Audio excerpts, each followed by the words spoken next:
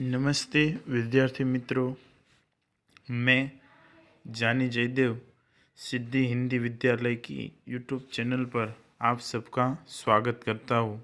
और हम आज अपने इस यूट्यूब चैनल के अंदर कक्षा 9th का सब्जेक्ट सामाजिक विज्ञान उसके बारे में अध्ययन करेंगे। और इसके अंतर्गत हम हमारा अगला जो पाठ है उसके बारे में चर्चा करेंगे। लेकिन वीडियो की शुरुआत करने से पहले आप सभी विद्यार्थियों को मेरा नमस्कार और आप सब सहकुशल हो ऐसी आशा के साथ और एक नए उत्साह के साथ इस वीडियो की शुरुआत करते हैं। लेकिन उससे पहले वीडियो की शुरुआत करने से पहले भगवान की थोड़ी प्रार्थना कर लें।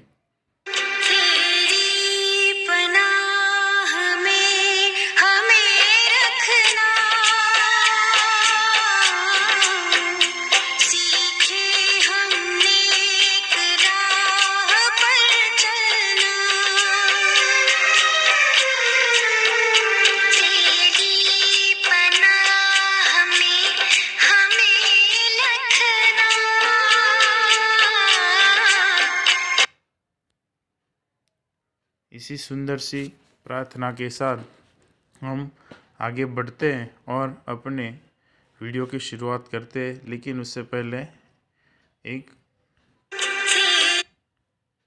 सुंदर सा सुविचार। हालात वो ना रखे जो हौसलों को बदल दे, बल्कि हौसला वो रखे जो हालात को बदल दे।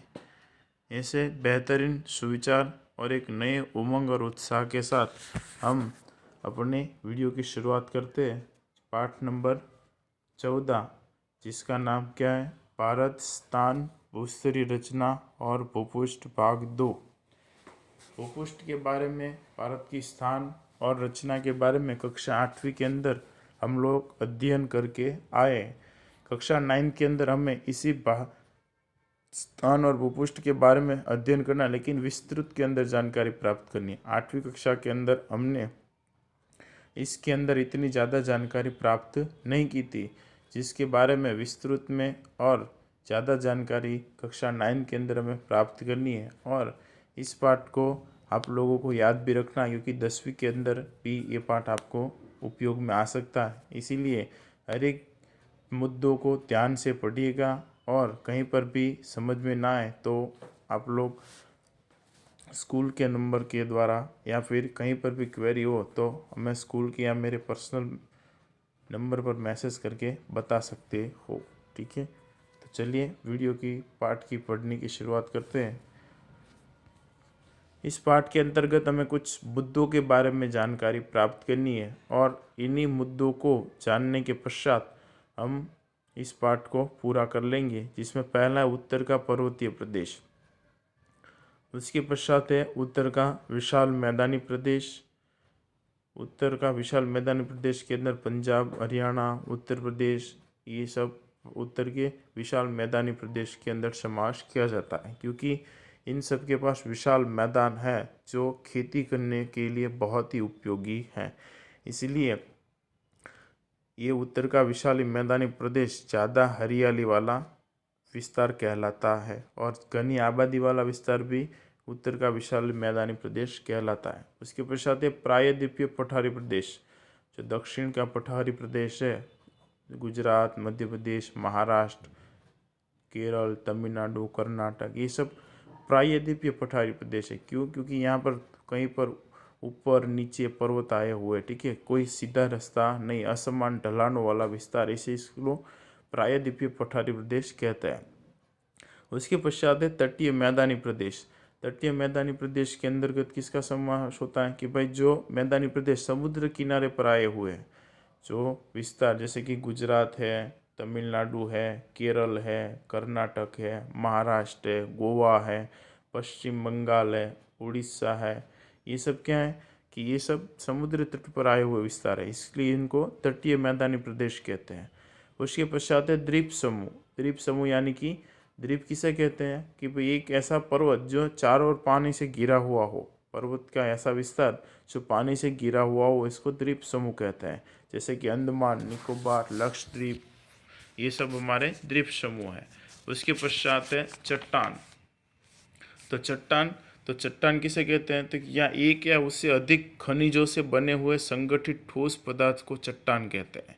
ये क्या अधिक खनिजों उससे बने हुए कठोर पदार्थ को क्या कहते हैं? चट्टान कहते हैं। कहीं पर हमारे यहाँ पश्चिम बंगाल, कर्नाटक, केरल, यहाँ पर आप लोग जानते हो कोयले की कई खदानें आई हुई है जिसमें से विविध प्रकार की धातुएं भी प्राप्त की जाती है। इसे क्या कहते हैं? चट्टान कहते हैं। उसके पश्चात है खनिज। तो खनिजों के बारे में भी आप लोगों को जानकारी प्राप्त है। लोहा है, मैंगनीज, तांबा, बॉक्साइट, सीसा, इन सब का खनिज के अंदर समावेश होता है। उसके पश्चात लास्टवा मुद्दा है मिट्टी और उसका वितरण।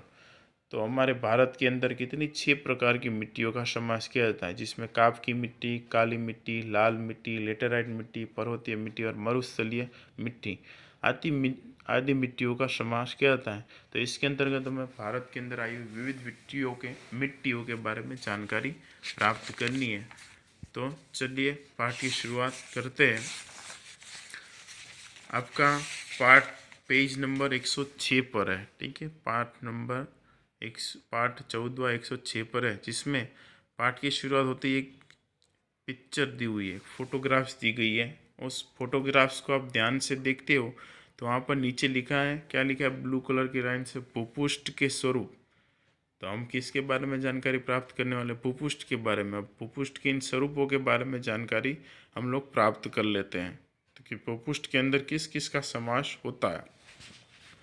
तो पहला है पर्वतमाला, उसके बाद पर्वत, ज्वालामुखी, हिम नदी, तलहटी, खोहर, पहाड़ी, घाटी, पठारी प्रदेश, नदी, सहायक नदियाँ, भूशीर, बंदरगाह, झील, मैदान, डेल्टा, महासागर, द्वीप, प्रायद्वीप, सागर, तट, बेसिन, उद्गम मुख, नदी, दून, ढलान वाला पठारी प्रदेश, ज्वालामुखी, मरुस्थल, मरुस्थलीय द्वीप, खाड़ी, इन सब का भूपुष्ट के बारे स्वरूप के अंदर समावेश किया जाता है। और ये आप अपनी पिक्चर के अंदर देख सकते हो, इन सभी का नाम आप लोगों को दिखाई देगा।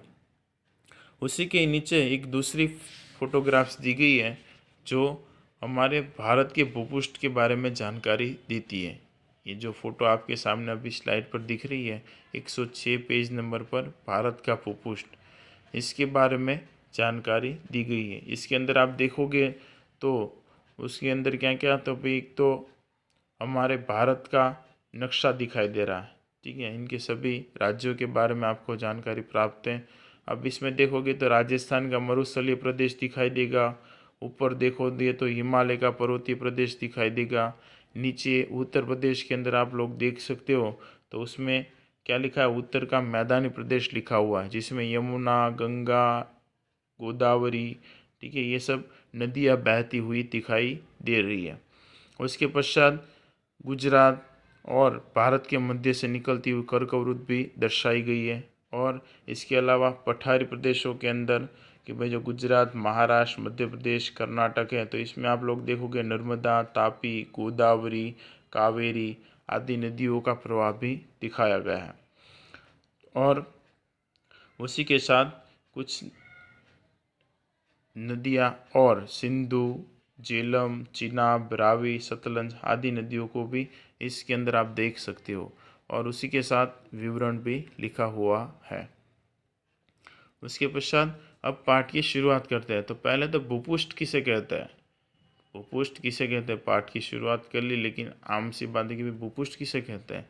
तो भूपुष्ट की परिभाषा लिखी गई है, पृथ्वी पर स्थित अनियमित और ऊर्ध्व आकार वाले भूमि भाग की विषमताओं को भूपुष्ट कहते हैं। किसे कहते हैं भूपुष्ट? पृथ्वी पर स्थित अनियमित ऊर्ध्व आकार वाले भूमि भाग की विषमताओं को भूपुष्ट कहते हैं। यह है भूपुष्ट की परिभाषा, आप लोगों को याद रखनी है। एक बार फिर से दोहरा रहा हूँ, पृथ्वी पर स्थित अनियमित और ऊर्ध्व आकार वाले भूमि भाग की विषमताओं को क्या कहते हैं? भूपुष्ट कहते हैं। भूपुष्ट के प्रकार कौन कौन से हैं? तो पहले भी वो फोटो के द्वारा तुम लोगों को बताया था कि कौन कौन से भूपुष्ठ के प्रकार है। यहाँ फिर भी नीचे लिखा हुआ है, पर्वत, पठारी प्रदेश, मैदान, तटीय प्रदेश, द्वीप समूह आदि का समावेश भूपुष्ठ के अंदर होता है। तो ये भूपुष्ठ के प्रकारों के बारे में जानकारी, पर्वत, पठारी प्रदेश, मैदान, तटीय मैदान प्रदेश, द्वीप समूह आदि का समावेश भूपुष्ठ के अंदर होता है।